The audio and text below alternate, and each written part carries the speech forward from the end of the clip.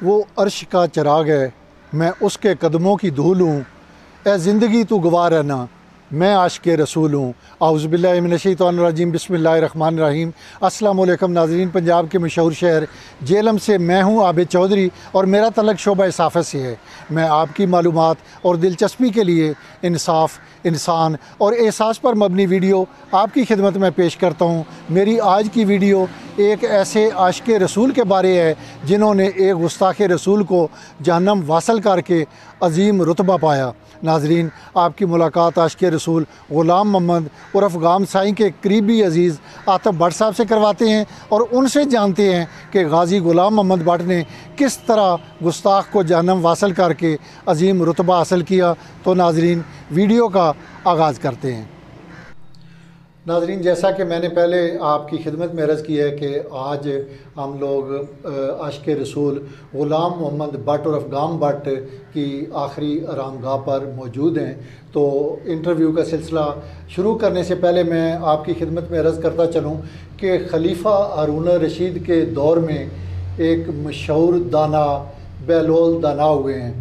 तो बताया जाता है कि वो दरियाए दजला के किनारे बैठकर पाँव रख के तो मट्टी के ग्रौंदे बना रहे थे और इसी दौरान खलीफा हारून रशीद की बीवी जो हैं ज़ुबैदा, उनका गुज़र हुआ तो उन्होंने देखा कि एक जो बुज़ुर्ग है बहलोल दना, वो पाँव के ग्रौंदे बनाते हैं और फिर उन्हें मिस्मार कर देते हैं। तो ज़ुबैदा रुकी, उन्होंने पूछा कि आप क्या कर रहे हो? तो उन्होंने बताया कि मैं जन्नत के घर बना रहा हूँ।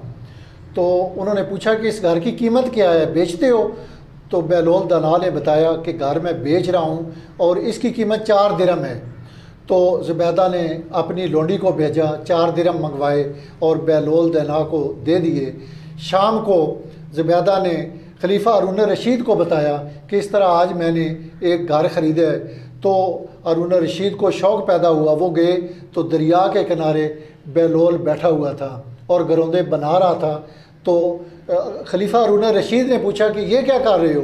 तो उन्होंने बताया कि मैं जन्नत में घर बना रहा हूँ। तो उन्होंने देखा और गुज़र गए।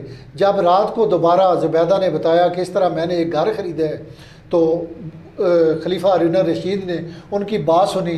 रात को जब खलीफा हारून रशीद सो गए तो ख्वाब में देखते हैं कि एक बहुत बड़ा महल है और वो देखते हैं कि बाहर उस पर जो तख्ती लगी हुई है उसके ऊपर बादशहज़ादी ज़ुबैदा का नाम दर्ज है। जब वो अंदर जाने लगे तो दरबान ने रोक लिया। उसने कहा कि आप अंदर नहीं जा सकते। उन्होंने कहा कि नहीं, ये मेरी बीवी का घर है, आप कौन हुए मुझे रोकने वाले? तो उन्होंने कहा कि आप दुनिया की बात कर रहे हो, जबकि ये वो वाला मंज़र नहीं है। तो हारून रशीद जो है वो बेदार हो गया और अगले रोज़ वो दोबारा दरिया दजले के किनारे गया। उसने देखा कि हारून रशीद जो हैं बहलोल दना जो हैं वो ग्रौंदे बना रहे हैं और मिस्मार कर रहे हैं।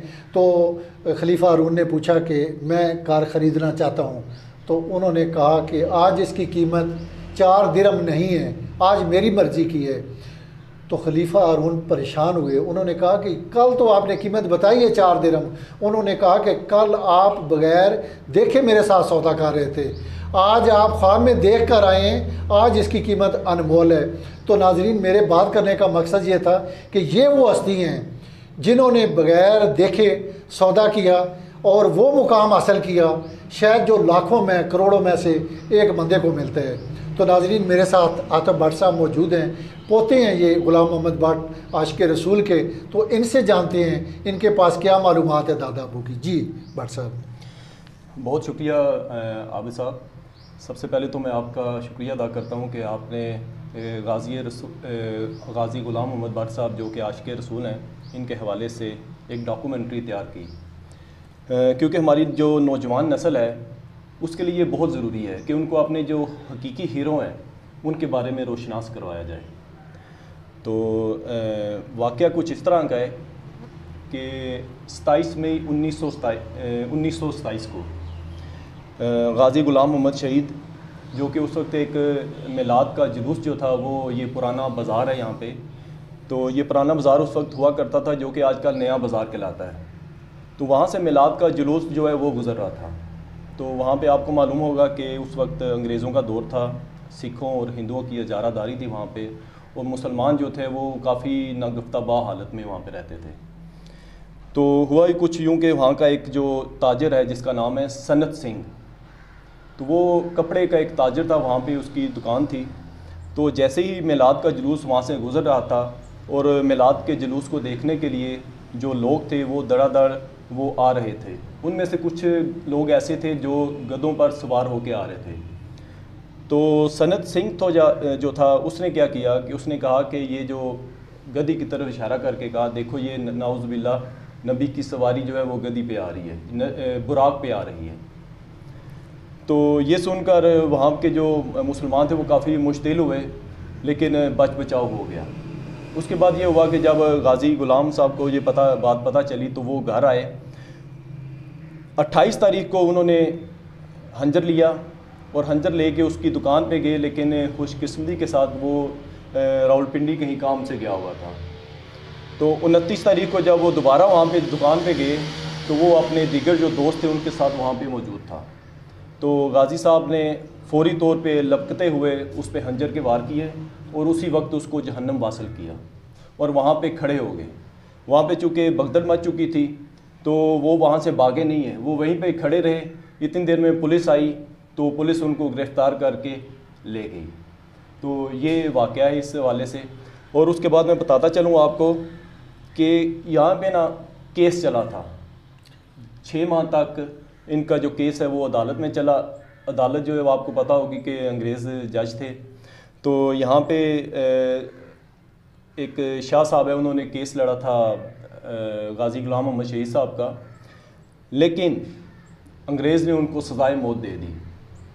सज़ाए मौत की जब सज़ा सुनाई गई तो ये राजा गज़नफ़र अली ख़ान साहब हैं जो कायदे आज़म के दस्ते राज थे, उन्होंने लाहौर हाई कोर्ट में अपील भी की और बाकायदा वहाँ पे हुकूमत बरतानिया को बोला कि इससे पुरतशद्दुद कार्रवाइयों का आगाज़ हो जाएगा, यहाँ पे फितना व फसाद शुरू हो जाएगा, तो आप इस तरह करें कि इनकी सज़ाए मौत को उम्र कैद में तब्दील कर दें।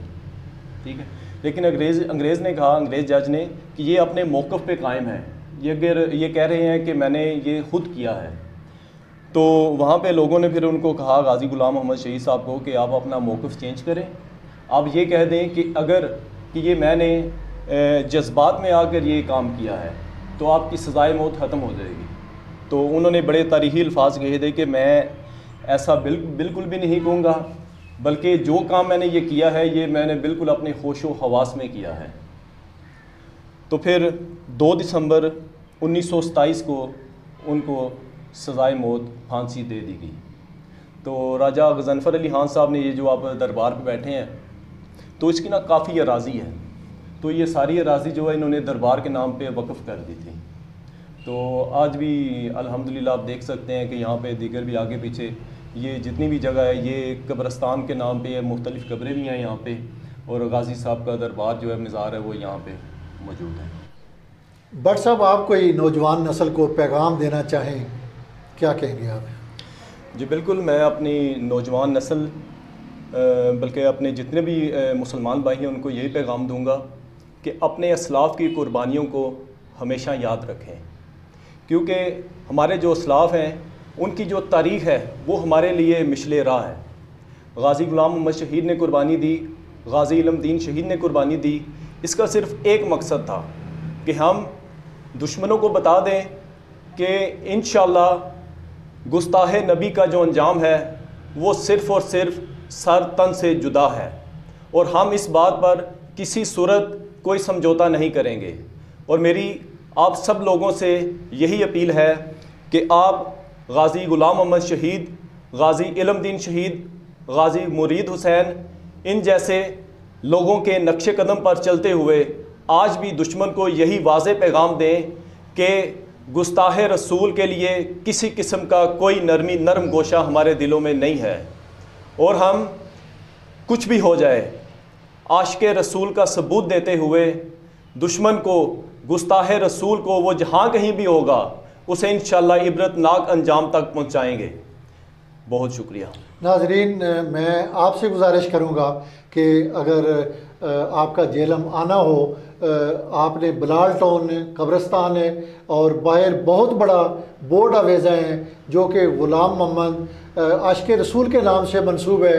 गेट पर बाकायदा दर्ज है। आप भी आएँ, यहाँ पर आप फातिहा खानी करें। यकीन माने आपकी रूह को इतना सुकून मिलेगा कि आप दुआएं देंगे कि हमें कोई मुकाम बताया गया है, और आप देखेंगे कि किस तरह ये जगह मुअत्तर है और किस तरह दिली सुकून हासिल होता है। नाज़रीन, आतिफ़ भट्ट साहब की आपने गुफ्तगू सुनी। ये मुकाम जो ग़ुलाम मोहम्मद भट्ट आशिक रसूल साहब ने हासिल किया, इसके लिए इश्क की ज़रूरत होती है। तो मुकाम हासिल करना मेरा ख़्याल है मुश्किल नहीं है, लेकिन सच्चे दिल से लगाव की ज़रूरत है। कौन कहता है इश्क बिने देखा नहीं होता। हम उम्मतियों की मिसाल ले लीजिए। मेरी आज की वीडियो कैसी लगी कमेंट्स बॉक्स में अपनी राय का इज़हार कीजिए। मेरे YouTube चैनल को सब्सक्राइब करें, वीडियो को लाइक करें और आज की वीडियो को ज़्यादा से ज़्यादा शेयर करें। घंटी वाले बटन को दबा दें ताकि मेरी हर नई आने वाली वीडियो सबसे पहले आपको मौसूल हो। इंशाअल्लाह फिर मुलाकात होगी एक नई वीडियो के साथ, एक नए व्लॉग के साथ। तब तक मुझे इजाज़त दीजिए। अपना और अपने चाहने वालों का बहुत सारा ख्याल रखिए। मेरे विरदे लब हैं नबी नबी, मेरा दिल मुकाम हबीब है। मैं मरीज़ इश्क़ रसूल हूँ, वो हबीब मेरा तबीब है। अल्लाह निगहबान।